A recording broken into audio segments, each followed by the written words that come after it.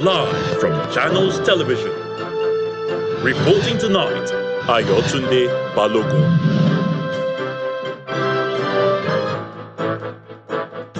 Hello and welcome. Tonight, Justice Olukayode Ariwola bows out as the Chief Justice of Nigeria after attaining the age of 70 years, says the Supreme Court is overburdened with too many cases, just as Vice President Kashim Shettima and former military head of state Abdulsalami Abubakar eulogized him for his contributions to the judiciary in Nigeria. Pengerson asks federal government to urgently deploy security agencies to secure key oil installations in the Niger Delta region, says cost of providing security is weighing heavily on oil companies operating in the country. And it's a gathering of who's who from the southeast and south-south regions as politicians converge in Abuja, the nation's capital, to honor the former premier of the eastern region, the late Sir Michael Okpara. On business news tonight, Chief of Staff to the President, Femi Gbajabiamila, gives an update on the 2025 budget expectations, says allocations for government agencies under the presidency will be based on needs assessment. On sports news tonight, Rangers International set sight on the second round of the CAF Champions League as they host Comoros Zilimaju on Friday in Uyo, enjoying a 1-0 advantage. And from the nation's capital, bandits kill 13 persons in Alawa community in Shiro local government area of Niger State, accusing them of aiding security agencies. And in international news from London, Tim Walz, a man virtually unknown to most Americans just a few weeks ago, has formally accepted the position of Democratic vice presidential nominee at the party's national convention.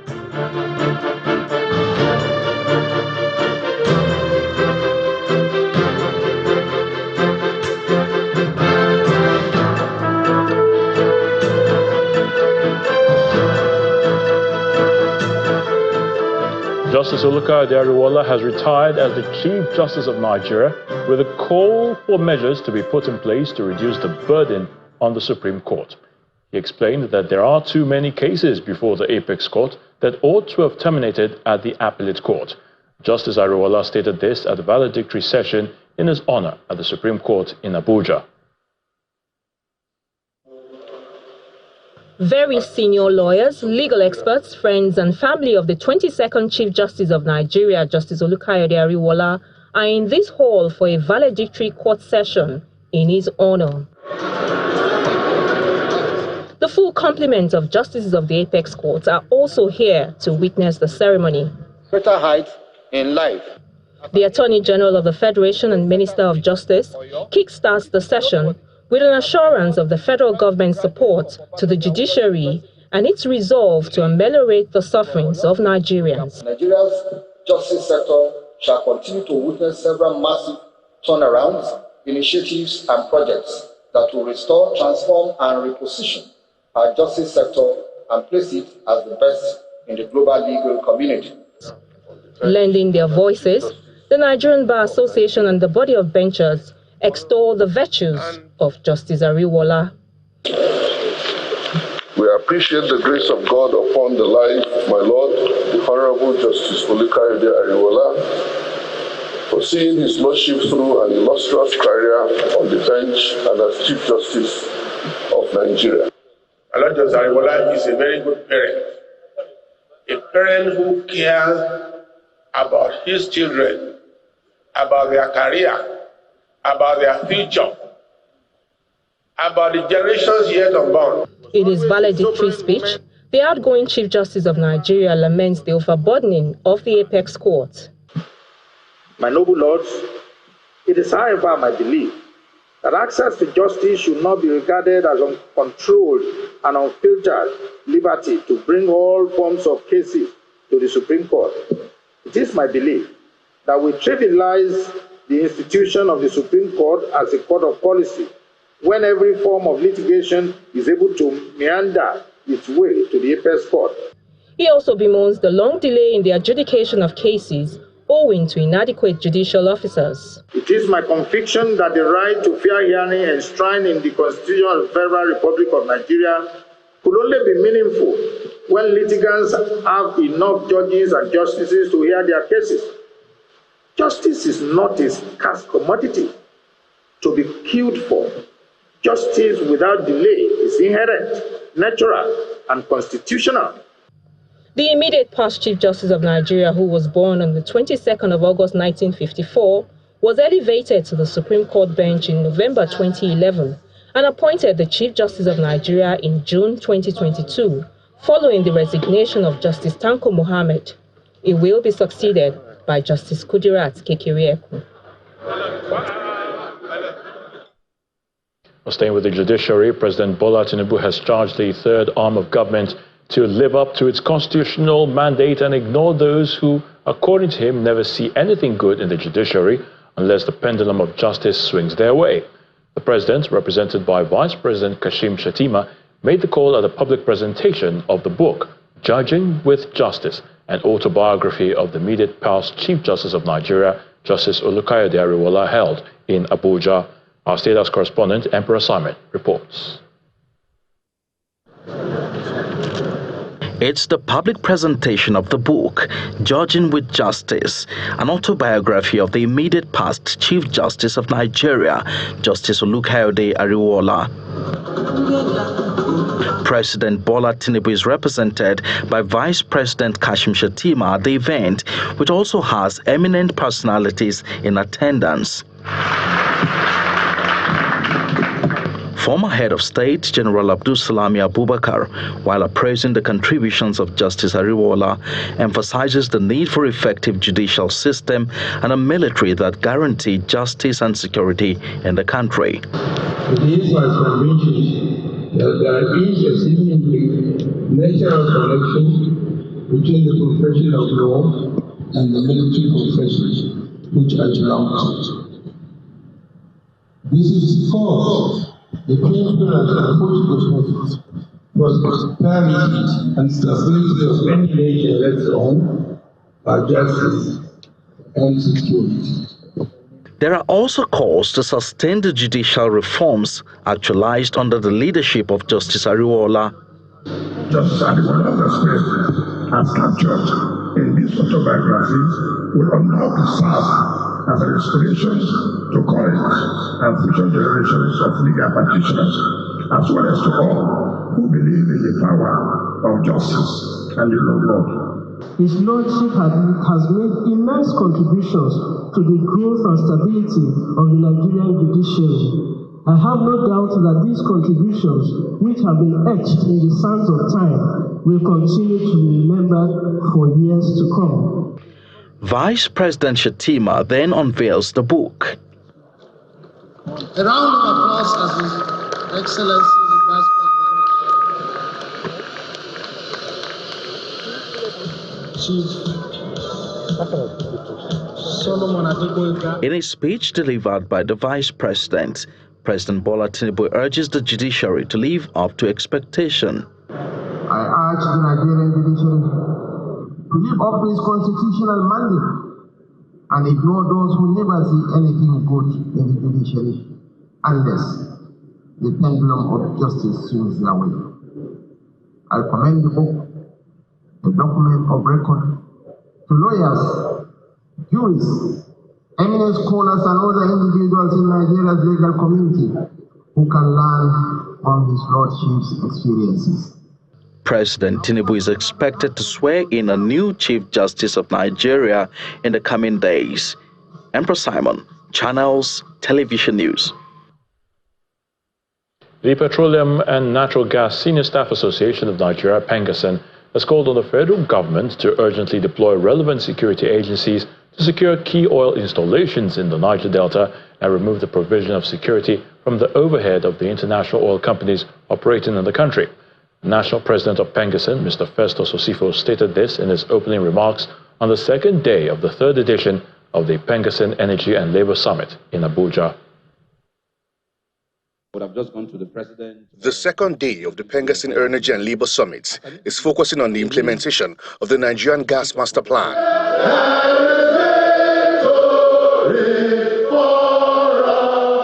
Following the national anthem, members enthusiastically recite their union songs.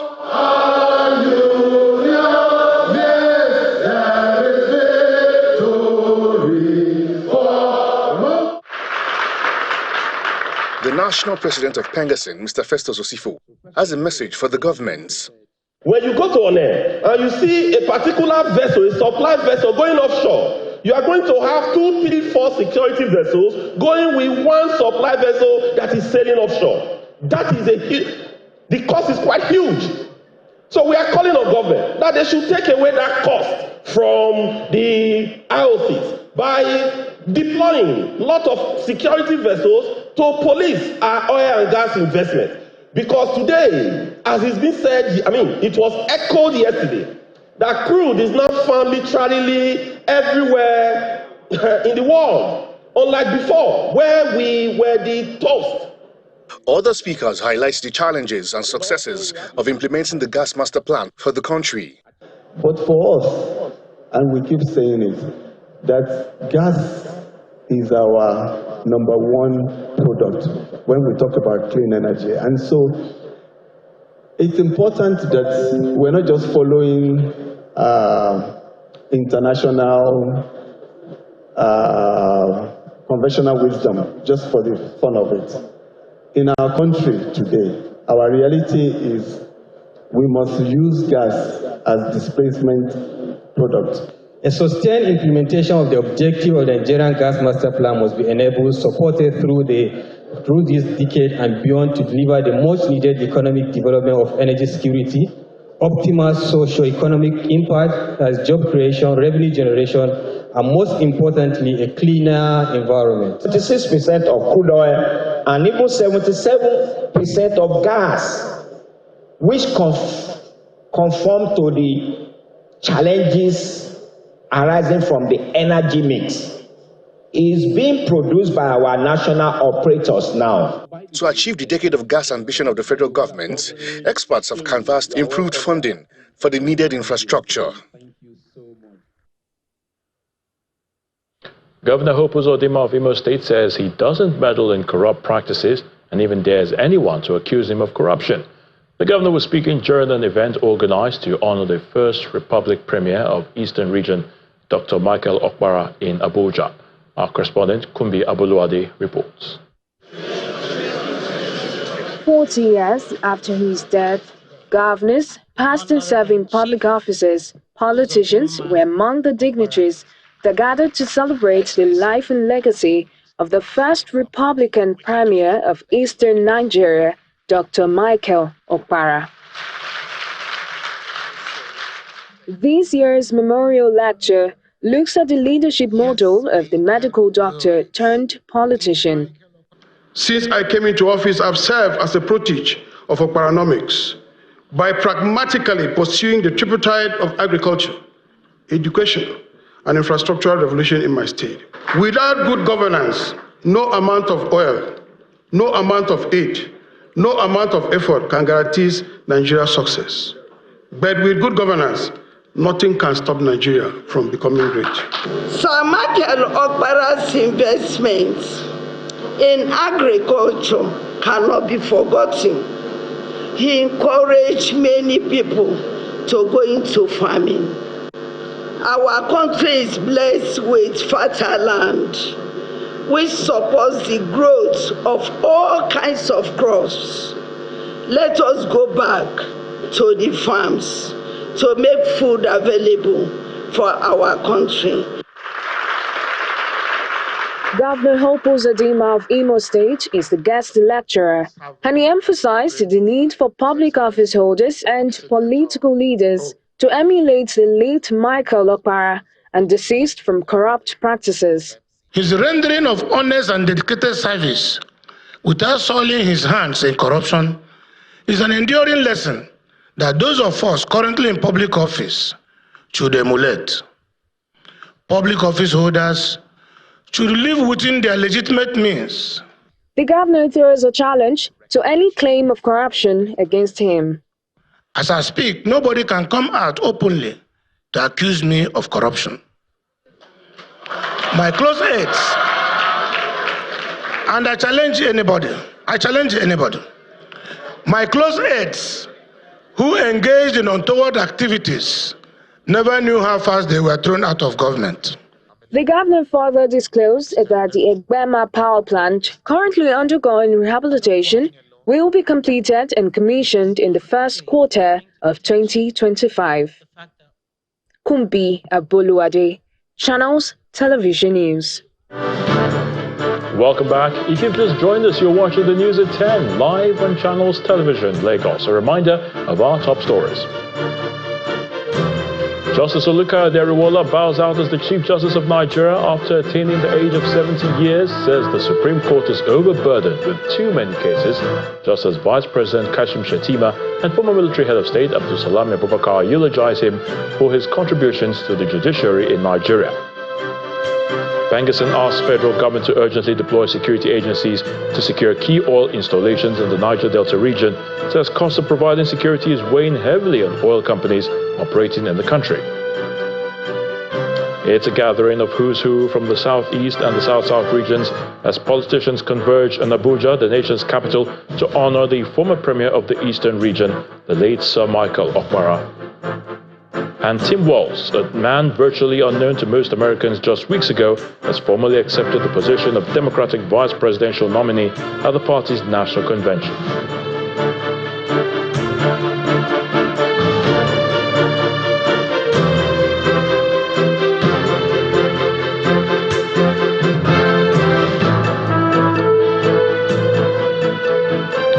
The federal government has completed over 6,600 housing units across 13 locations nationwide under the Renewed Hope Cities and Estates.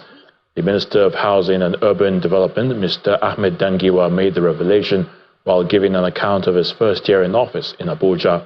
Mr. Dangiwa says the housing units are part of the government's efforts to address the country's housing deficit. Our correspondent, Benny Ark, reports. Key stakeholders in the nation's housing sector gathered to mark the first year of the Minister of Housing and Urban Development, Mr. Ahmed Dangiwa.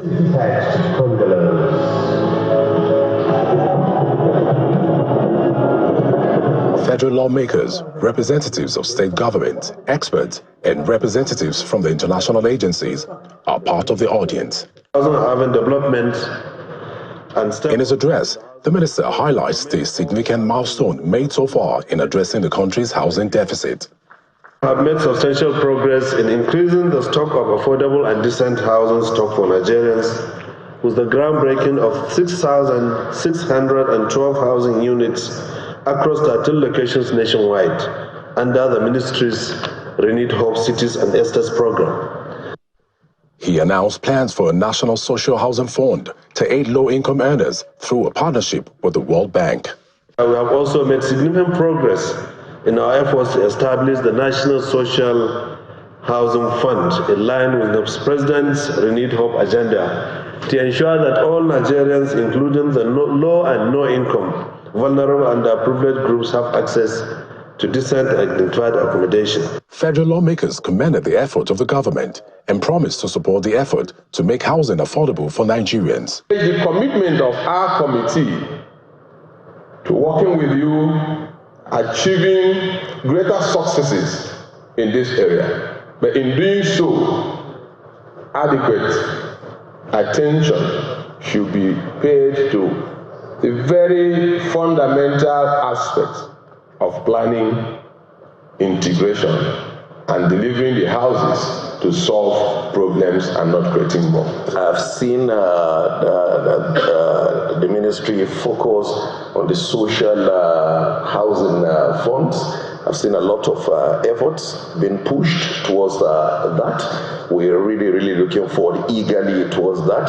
I also understand that a bill is coming, and be rest assured that we will treat that bill with dispatch by the time it comes. The ministry is pledging to deliver thousands more units nationwide and create even more jobs as part of the federal government's ongoing effort to address Nigeria's housing deficit. Benny Ark, Channels Television News. The All Progressives Congress in Edo State says it is confident of victory ahead of September's governorship election in the state. The leaders of the party expressed this sentiment at the APC ward rally in Ego local government area.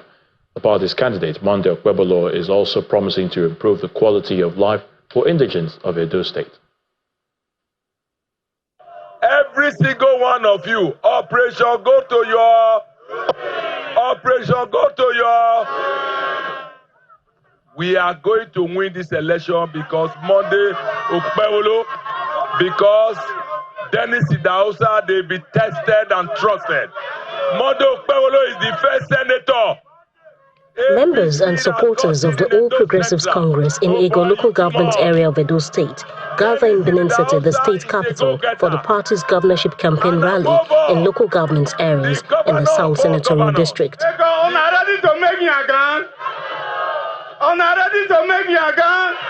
The field, located on Textile Mill Road, is bustling as prominent party members and politicians are in attendance.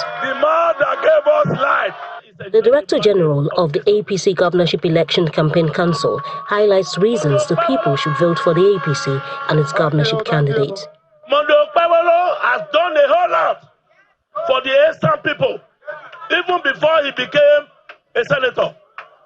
And for the 1 year that he has been a senator, Mondo Okpara has done exceptionally well for Eastern people. If we don't see say Mondo Okpara don't do well for Edo Central, and we can't decide, say, we want to take governorship to Edo Central, who you think say we go choose? Monday. Former Governor of Edo State, Adam Sushumile, believes in the party's chances at the polls and calls for the people to support them. He has the native intelligence. He has the organic intelligence. He has the natural intelligence. Nothing artificial. He will restore building beautiful primary and secondary schools. He will ensure that he employs teachers. And on the 22nd, by the time they announce the result, I have already placed order for a new dancing disco pint. The governorship candidate, Monday Okpara, assures the people of his commitment to the development of the state. We are going to provide you with hospitals, affordable hospitals. Thank you. In all the wards. Primary health care, secondary health care. We will introduce new system of agriculture, mechanized agriculture. We will provide you with loans through cooperative society. We are going to revive school back. The whole schools are leaking. Now we are going to rebuild our school back. This rally in Ego is the first in Edo South Senatorial District, as the party plans to cover the grassroots across the state with its message of a new Edo rising ahead of the September governorship election.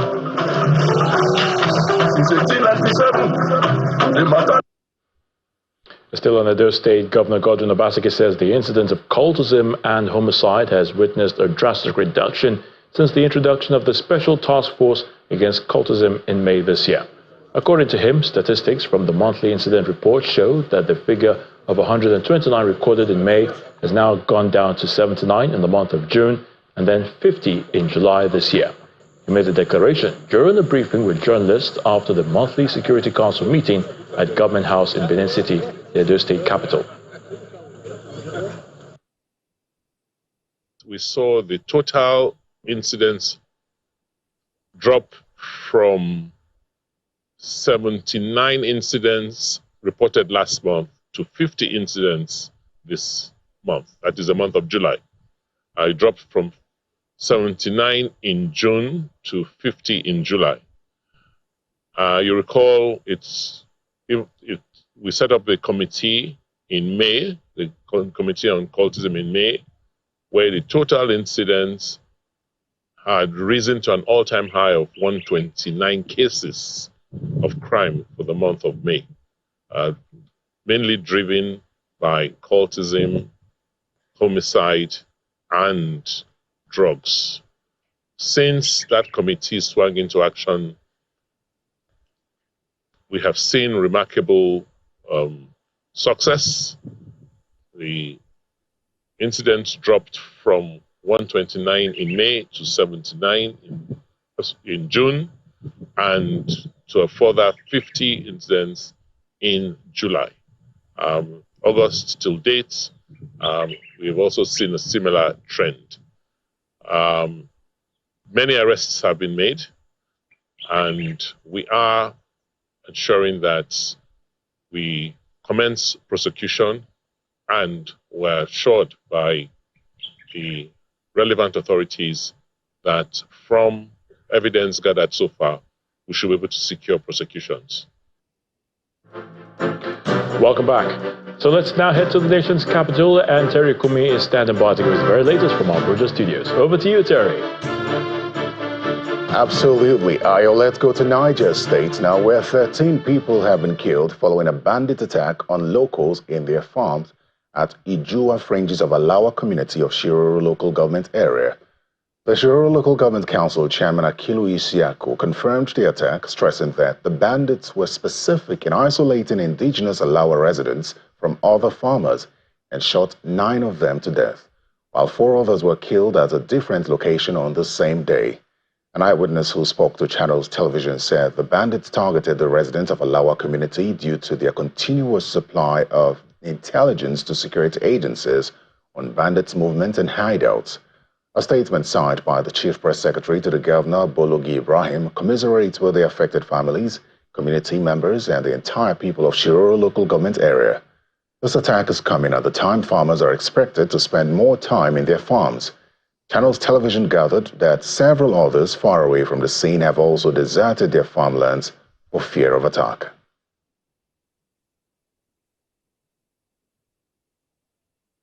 Now, the National Broadcasting Commission has announced a nationwide expansion of digital television coverage following the approval of 10 billion naira grants by President Bola Tinubu for the project. The Director General of the Commission, Mr. Charles Ebuebu, made the announcement during a joint press conference in Abuja alongside the Executive Vice Chairman of the Nigerian Communications Commission, Mr. Aminu Maida. The project, which was started in 2016, has been launched in 8 states, and the new phase will extend coverage to every corner of Nigeria using satellite technology. We're going right now with DTH, covering the entire nation, and we're also adopting other strategies. We're ensuring that compelling channels are on those platforms. We're setting up studios, partnering with the NTA again at certain locations so that we can have people walking there, whether you're private or whatever, and you could develop content. I'm sure most of you see what is happening on the digital space where skits makers and content creators simply create with minimal gadgets, but now we want to have it around the country where people can walk in, for example, and create content. That will develop content that will be on the platforms where we've already, the Minister of Information has already launched audience measurement. We are going to ensure that this is sustainable and is data-driven. We're going to have, like studios I have mentioned, we're going to have a nationwide campaign. So we're going to educate Nigerians about the dividends of the DSO. We will, educate people on how to access and use digital devices, because that is where the world is going. So there are many initiatives we're bringing to the table. Well, that's all from the nation's capital. Back to you, Ayo. Thank you so much, Terry. First Bank Nigeria, in partnership with the Nigerian Conservation Foundation, has launched a major tree planting initiative to enhance Nigeria's vegetation cover. According to the bank, the initiative is part of its 2024 corporate social responsibility, with a target of planting 50,000 trees by the year 2025. As part of activities lined up for its 2024 Corporate Responsibility and Sustainability Week, management and employees of First Bank Nigeria are dedicating their time and resources to this cause. Yes, I was there. I remember that. Yes, going to take on the boardwalk to get to. Today, they are at the Lekki Conservation Center, where nature is preserved. Why do we have that? The bank is hoping to plant 50,000 trees by 2025 in partnership with Niger Conservation Foundation. We seek to recover Nigeria's forest cover back to at least 25% as recommended by FAO and the United Nations Environment Programme. And we are very happy that First Bank has seen and caught up with that vision and wants to join us to contribute its quota to ensure that that happens. First Bank is the leading financial organization here in Nigeria, truly the first in all of the things that you've done, and we are happy that you come on board with this. Today, we aim at consolidating our efforts here in Lekki Conservation Center to plant more trees and inch closer to our target for 2024. It is always a delight working with your team, and thank you for constantly dedicating your time and resources to ensuring that this project succeeds.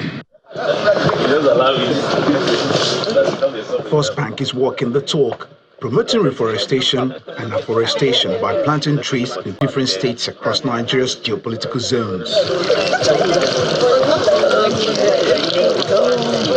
So if all of us plant one in a year, they're going to have over 1 million trees in a year. The managing director and CEO of the bank, Olusegun Alebiosu, is leading the efforts aimed at reducing carbon emissions and improving air quality. We need to partner with many stakeholders across Nigeria. I was with Federal Ministry of Environment, and now we'll be engaging States Ministry of Environment partnership. And with schools, Nigeria need to plant trees. Just like what the Dutch General said, we are now less than, is it 10% forest cover? I mean, why can't we aim to say Nigeria in the next decade should be 50% cover? I mean, and I sure just planting trees in a country with rainfall, I think it's something that is achievable. SPARK, an acronym which stands for Start Performing Acts of Random Kindness, is a value-based initiative in alignment with the ethos of compassion, civility, and charity. The bank is also seeking to actively contribute to creating a greener and a healthier environment for future generations. So any other management staff who want to carry on with the demonstration? The Nigerian Bar Association has called on the federal government to make crude available to the Dangote refinery and petrochemical company to enable it to operate optimally. President of the NBA, Yakubu Mekiao, made the appeal as he led a delegation of the legal body on a visit to the world's largest single-train refinery project, as this will bring to an end the recurring fuel scarcity in Nigeria. Members of the Nigerian Bar Association arrived at the premises of the Dangote refinery and petrochemical plant. Led by their president, Yakubu Mekiao, the NBA members take their tour to different parts of the gigantic project, with a stopover at the refinery's world-class laboratory within the company's premises. This is used to test for the lubricity of our diesel.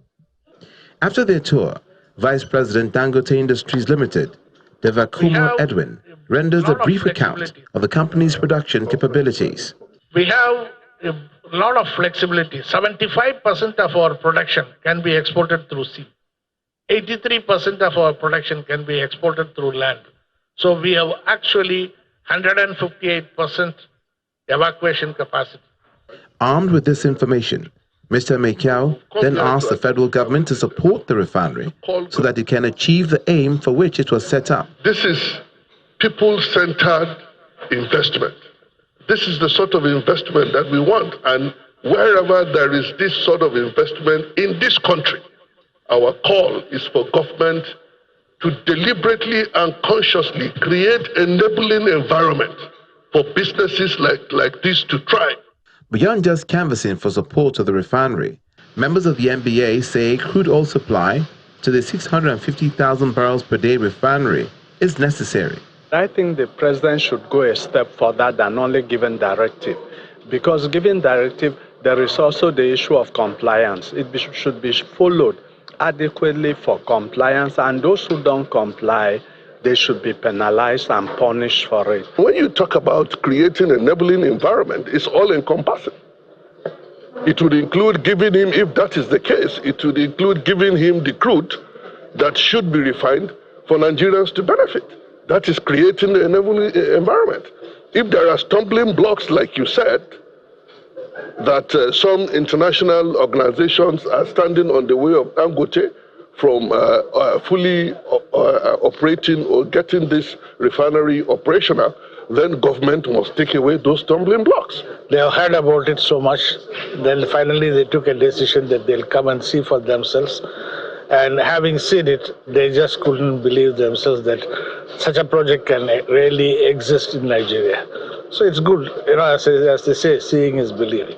As these eminent legal luminaries embark on this tour to see what has been put on ground by the management of Dangote refineries and petrochemical company, it is hoped that their calls are heeded by the relevant authorities to enable the company operate optimally.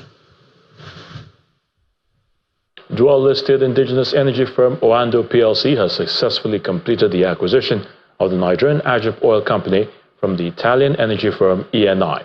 The $783 million deal was signed earlier today in the British capital and marks a significant milestone in Oando's long-term strategy to expand its upstream operations and strengthen its position in the nation's oil and gas sector. Our London correspondent Julana Olainka reports. Today's historic event represents a major step forward in Oando's growth trajectory. Business, there are phases. The leading African energy firm, celebrating its 30 years in business, has successfully completed its $783 million acquisition of the Nigerian Agip Oil Company from Italian multinational ENI. This strategic acquisition allows Oando, an indigenous company, to play a more prominent role in Nigeria's vital oil and gas sector. The deal not only enhances Oando's production capabilities, but also improves its operational efficiency, positioning the firm as a key player in the industry. Because we joined Oando, an indigenous company, we learned a lot from you, and I hope that you learned a lot from us, and you are now ready to take over the operations and bring the field and the company to another stage. It is your moment, clearly. Like in all the business, there are phases, and this is the moment, I think, in Nigeria for indigenous company to take the stage and to continue to develop the national resources and continue to build capabilities and competencies. The multi-million-dollar transaction aligns with President Tinubu's vision of increasing local participation in the oil and gas sector. With this acquisition, Oando is set to leverage its new assets to drive local growth and foster innovation. It's taken us 10 years of toil, of commitment, of resolve, and of planning to achieve what we see today. And it's 30 years in the industry, and we're very happy at this point in time to be a company with at least 1 billion barrels of reserves. We have, 2 power plants now in the joint venture. Over 250 producing wells, 24 active fields, 3 gas pipelines, and gas plants. And we're the second largest supplier of gas to the LNG. We're the primary supplier of gas as well as natural gas liquids to the LMF petrochemicals. So it's an exciting integrated JV, and we're very, very proud to have the opportunity to take it to the next level. Behind you. In a sector as complex and crucial as Nigeria's energy industry, this landmark acquisition supports the administration's broader plan to boost production output and accelerate economic development. Juliana Olainka, reporting for Channels Television News in London. Well, let's have some more business news now with Joke Rogers. Banking, so easy, so simple. Dial *894# now to experience it. You first, First Bank.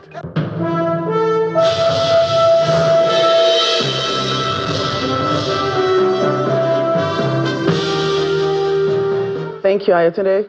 The Chief of Staff to the President, Mr. Femi Gbajabiamila, says the 2025 budget for State House agencies will be based on a needs assessment basis. He made the comments after a fact-finding tour of some government agencies under the supervision of the State House, such as the Nigeria Agriculture and Land Development Agency, the Bureau of Public Procurement, Bureau of Public Enterprises, Nigeria Atomic Energy Commission, and the National Agency for Science and Engineering Infrastructure.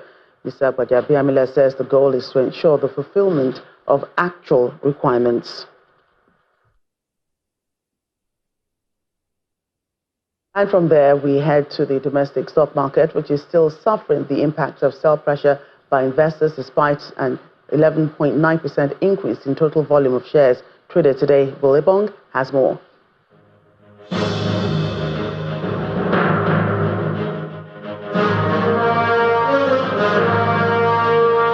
Hello, welcome to the stock market report.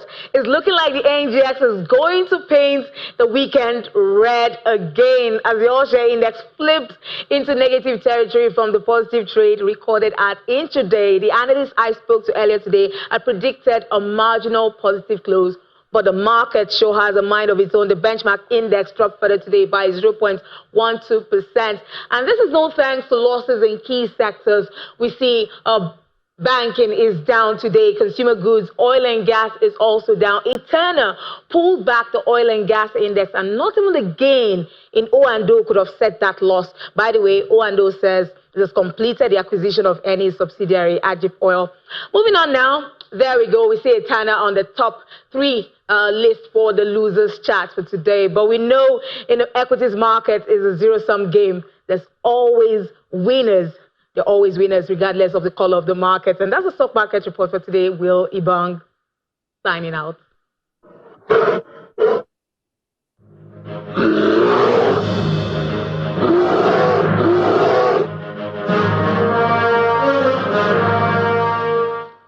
Thanks. Well, now here's a snapshot of major global markets closing figures for Thursday.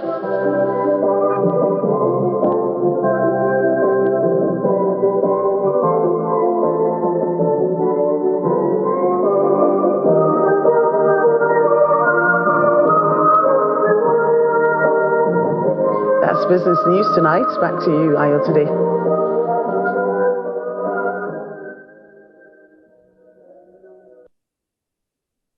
Banking, so easy, so simple. Dial *894# now to experience it. You first, First Bank. Thank you so much, Joke.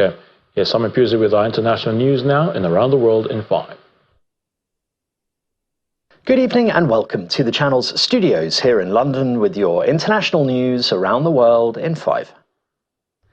Tim Walz, a man virtually unknown to most Americans just weeks ago, has formally accepted the position of Democratic vice presidential nominee at the party's national convention.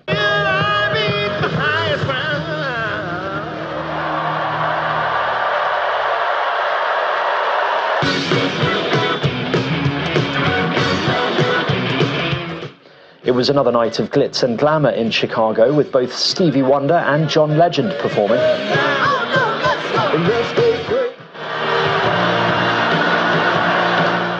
Former two-time President Bill Clinton made his 12th consecutive convention speech. So in 2024, we got a pretty clear choice, it seems to me. Kamala Harris for the people.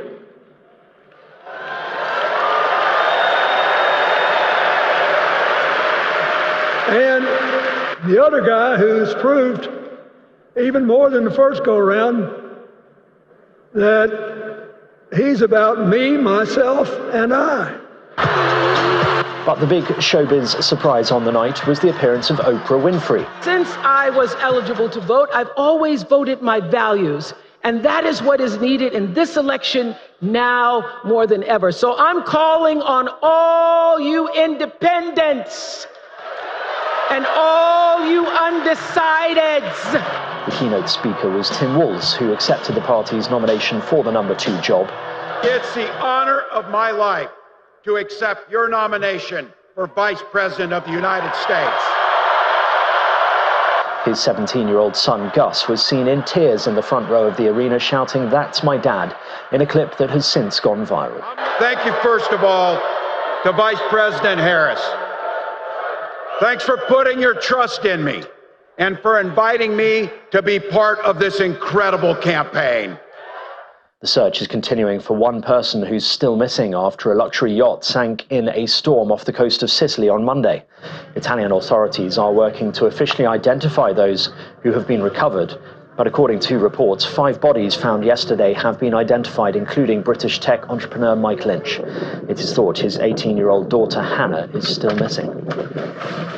Thailand has announced its first confirmed case of a new, potentially deadlier strain of Mpox, the first in Asia and second outside Africa. According to Thailand's Department of Disease Control, the infected 66-year-old European man arrived in Bangkok from an unnamed African country on the 14th of August.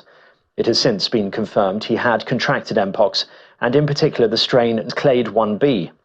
This strain has driven an outbreak of Mpox, previously known as monkeypox, which has already killed at least 450 people during an initial outbreak in the Democratic Republic of Congo. It has since spread to a number of nearby countries, including Burundi, Kenya, Rwanda, and Uganda. Romanian prosecutors are asking a court in Bucharest to remand in custody the controversial internet influencer Andrew Tate and his brother Tristan as they investigate new allegations. They include sex with a minor and trafficking underage persons. The two men appeared in court on Thursday afternoon. The new investigation involves a total of 35 alleged victims, including a woman who was 15 at the time. In a statement, Romania's Agency Against Organised Crime said 6 people had been detained in total, both Romanians and foreigners.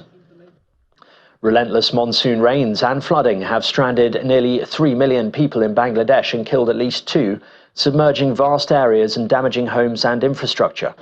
Television footage showed scenes in Feni and Brahmanbaria districts, where strong torrents of floodwaters were gushing, roads were severely inundated, and stranded people were being rescued with ropes. The Flood Forecasting and Warning Centre has warned that with rains continuing, water levels could rise further over the next 24 hours. And a former US Army veteran has scored several Guinness World Records for her tattoos and body modifications. Aspirant Fuerzinalt has worked for 10 years to cover over 99.9% of her body in tattoos. This includes her scalp, eyelids, gums, tongue, and the soles of her feet. Fuerzina also has 89 body modifications that include a tongue split and 5 facial implants. And that's your international news around the world in 5. Now back to the channel's studios in Lagos.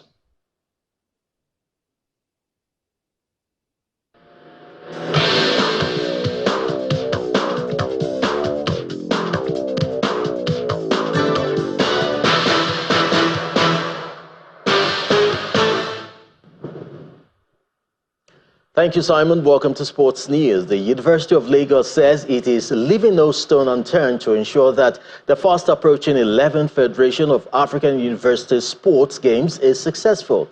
The Vice-Chancellor, Professor Folashade Ogunshola, made this known at a briefing to intimate the media on the preparations of the university to co-host the competition with the Lagos State University. The Federation of African Universities Sports Games, also tagged Lagos 2024, will hold from September the 21st to the 28th.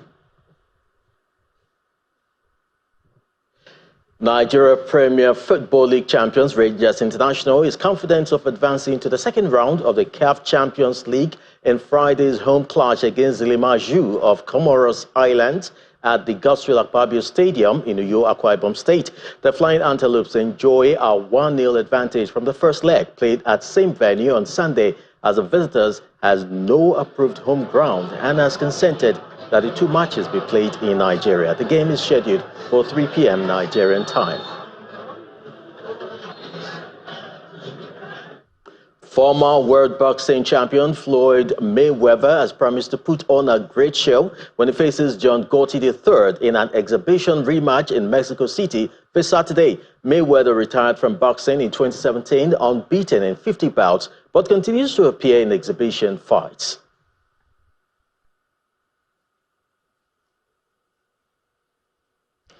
That's it on sports. It's back to you, Ayo.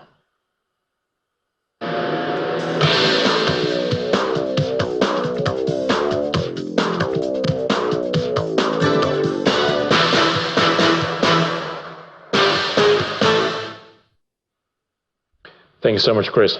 And just before we round off on the news at 10, the Executive Secretary of the National Commission for Al-Majri and Out-of-School Children's Education, Mr. Mohammed Idris, is soliciting the support of the Sultan of Sokoto, His Eminence Alhaji Muhammad Saad Abubakar III, in the implementation of the mandate of the Commission. He made the appeal when he paid a courtesy visit to the Sultan in his palace in Sokoto. Mr. Idris wants the Sultan to rally traditional institutions in the effort to ensure that the Al-Majri system of education is properly structured across northern Nigeria. The Sultan, who is also the President General of the Supreme Council for Islamic Affairs, pledged to support the effort of the Commission.